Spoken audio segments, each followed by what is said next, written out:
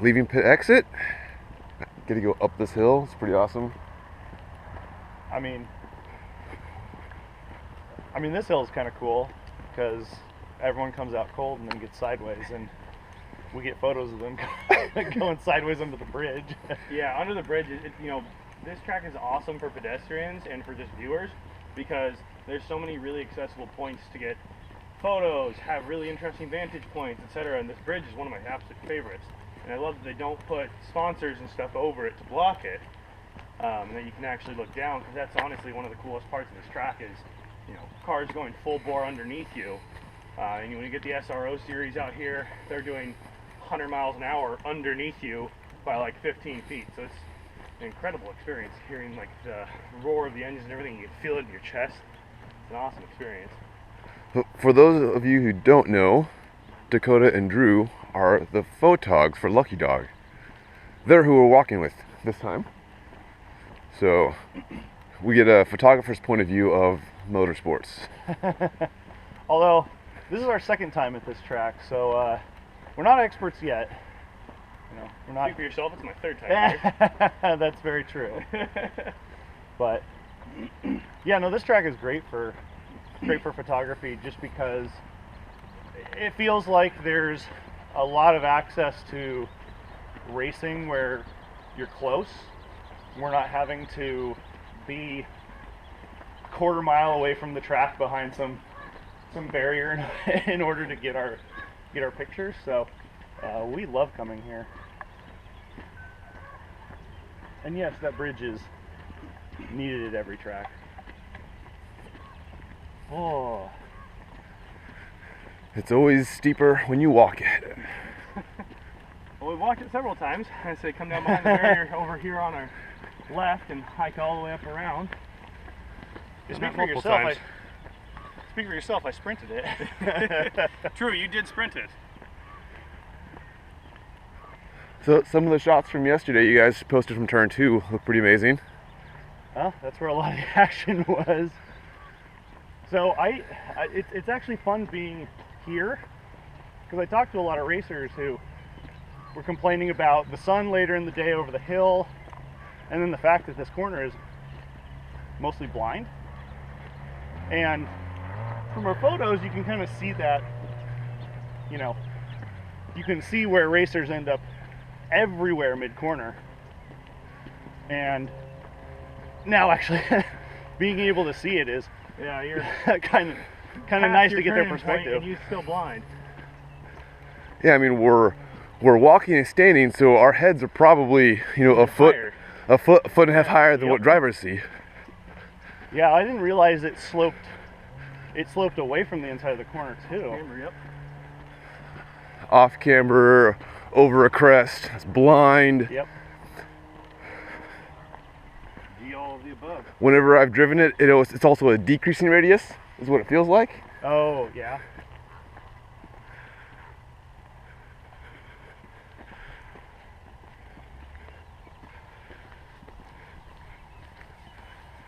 Yeah, well, this crest is really late in the corner, too. It does. Yeah, at the end of the racing yesterday, we were at the end of this tire wall, heading out on the exit, and this left side here was the unofficial rally line. I think we have maybe 7 or 8 Miatas. They're all went to flying off here. Reduction of grass. Oh yeah. Wall. There's a spot. God, where was it?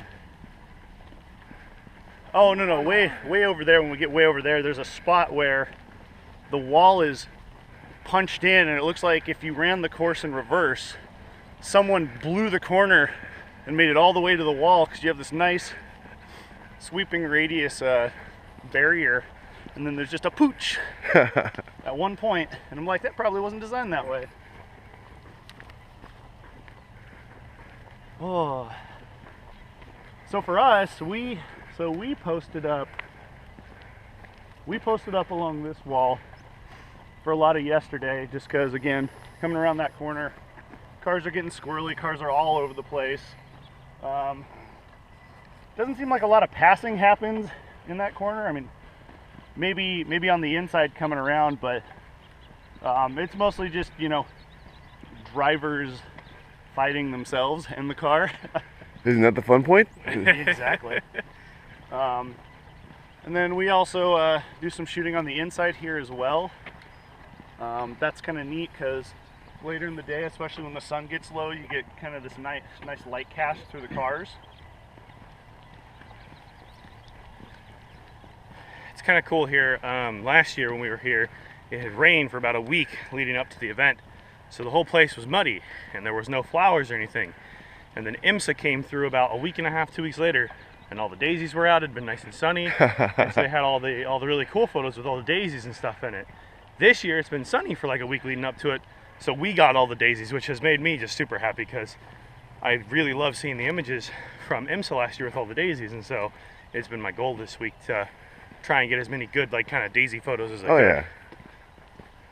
Try to capture how gorgeous this track is. Yeah, well, and it's interesting because everyone's always commenting, oh, I've never seen Sonoma green. I've only ever seen it green. Well, when So we're here I count early in the myself year, lucky. when True. we're here only early in the year, True. Yeah, although that's the opposite with Thunder Hill. Like, Thunder Hill right at the end of the year, yeah, so it's always yellow. yeah, we had green Thunder Hill for the first time, and that was a treat. It's because it rained for like 2 weeks straight. California's yearly allowance of rain. This corner is kind of fun because they're, you know, staying along the right-hand side here, and they're apexing decently hard to where we noticed yesterday when we were up by the tower up there, where there's some platforms we were able to stand on, and shooting back down at this curb here, you could see them popping the tires up off the curb. nice. Some cheeseburgers? Yep, some cheeseburgers. Yep, that's fantastic. So we were trying to capture that yesterday afternoon. That's always fun. Well, I was trying to look out for parts in the track where there's a bit of a low spot, because it makes for good photos when you have cars that have essentially used up all of their suspension compression to get into a corner. Yeah. And so you get pictures of cars that, you know, free lowering kit. That's what I've noticed on turn 1 there. A lot of cars are bottoming out their front splitters and stuff going through there, and you'll see puffs of tire smoke as their loaded outside tires are fully loaded. Then they hit the little dip that's kind of right there before you head up under the bridge. Yeah. And they'll dip the tire and it'll puff of smoke as it rubs the inside. Very nice. Yeah, Southwest is nice to watch through these sections because, man, when they come under braking, that front end drops like a good foot. And you hear it. That car sounds like you're stopping something that weighs a lot. I only get to hear it down the front straight, which it sounds pretty good there too. Yeah, especially them going into that final corner up over this hill. They took their handling characteristics from a 787 Dreamliner.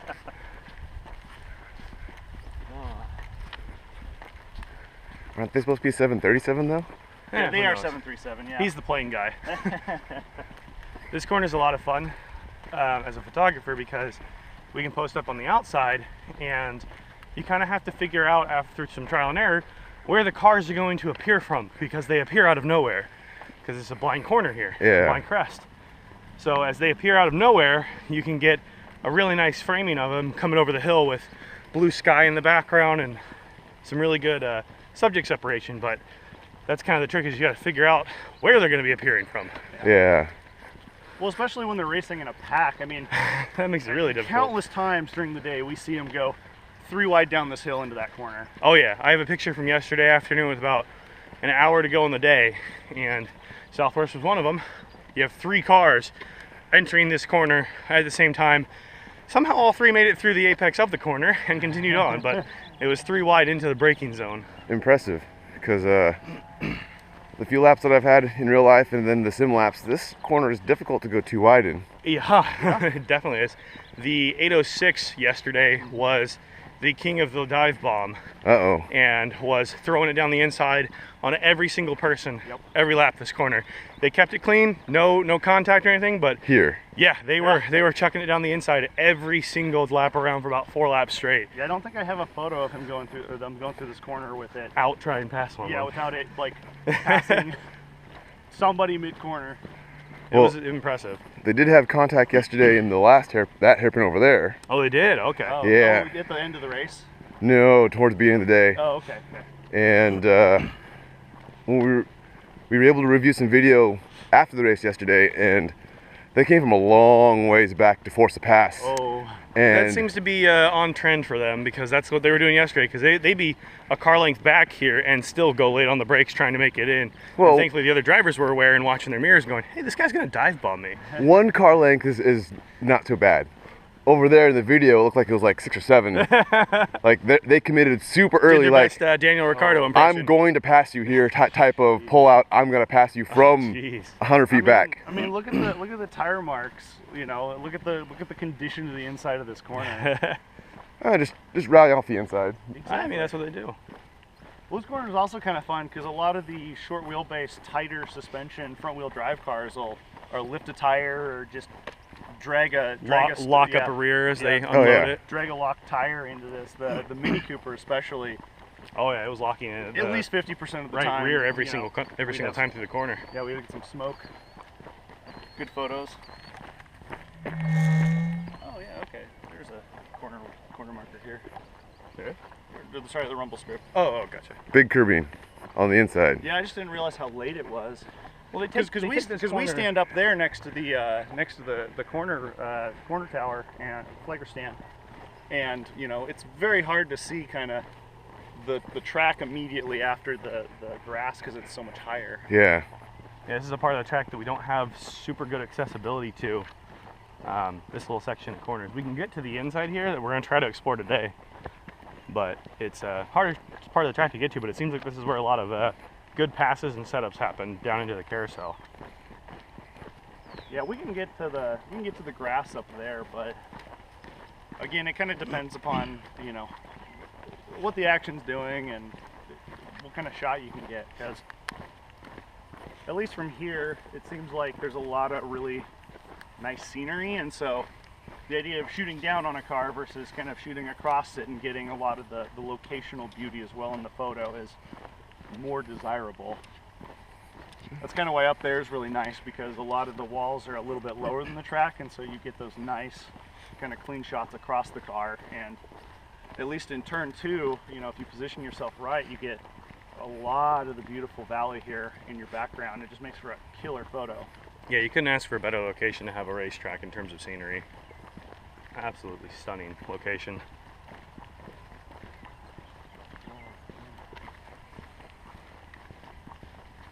Well, have either of you guys driven cars on Sonoma? On the simulator, sure. Not in real life, unfortunately. I haven't had the chance to, but yeah, done lots of laps in different video games. I assume Sonoma's an iRacing. Yeah. I don't think I've had the chance to lap Sonoma in iRacing. I know Justin has, because he talked about it's in spending more time in. It's in old Forza too. It's in a lot of video games. Well, I had to go look it up because I didn't realize just how old this track was, and Yep. I didn't realize that it had been called Sears Point since the beginning. With a history that long, I figured the founder had some exotic name for it or under his own name before it switched hands into more of a commercial entity. But this is one of those historic racetracks that it's cool to see having a bit of a revival as of late, with NASCAR making a solid return and IndyCar having come back and talks for longer contracts and stuff with it. It's cool to see them have a resurgence. I believe Formula Drift is trying to organize an event out here. Nice. So it's cool to see this track having that revival. Well, this track's also nice because it already has the facilities for The a big large events. event. Yeah. Exactly. It's got the parking, it's got the infrastructure, it's got the, team of track workers at beck and call. So it's, I think this track has a lot of potential to be kind of one of the, not that it already isn't one of the big West Coast tracks, but it just seems like motorsports as a whole is kind of making a revival in the past 5 years. I mean, look at Portland International. I mean, their new management is pushing really hard to get Got PIR IndyCar back, they're getting Xfinity back. Yeah, pushing really hard to get it back on the map. And honestly, you know, you've got the facilities. Why not? You know, the idea that a track fades into obscurity is dumb. People want to race their cars. People want to see cars racing. Exactly. Well, it's cool here because you still have like the big old school tower that we're coming up to with the digital reader board, and I'm sad that we don't have that this week. I know. I wish we could light it up for Lucky Dog. I saw it, you know, lit up and used when I was here for the GT America series a couple of years ago, and it looks awesome with the logos and the numbers up on pole position and whatnot. It looks fantastic, and it, you know, it's such an iconic piece of this track being so visible through it from every point. Yeah.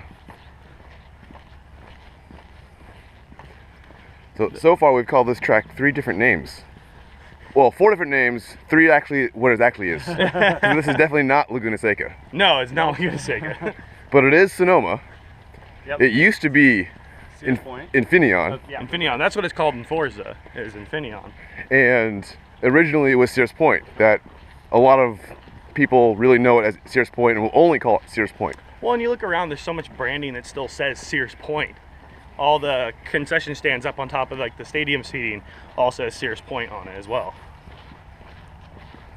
So it's kind of a 3-faced naming system of the track.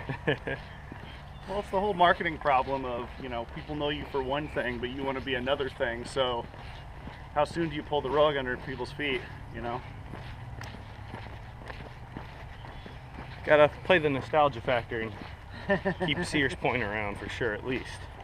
Even if it's just the throwback name. That's why they made hyphens. Sears Point and Infineon Sonoma Raceway. Put that on a business card. Forgot to include all the sponsors. That's true. That's true. We sold those naming rights, Drew. Come on.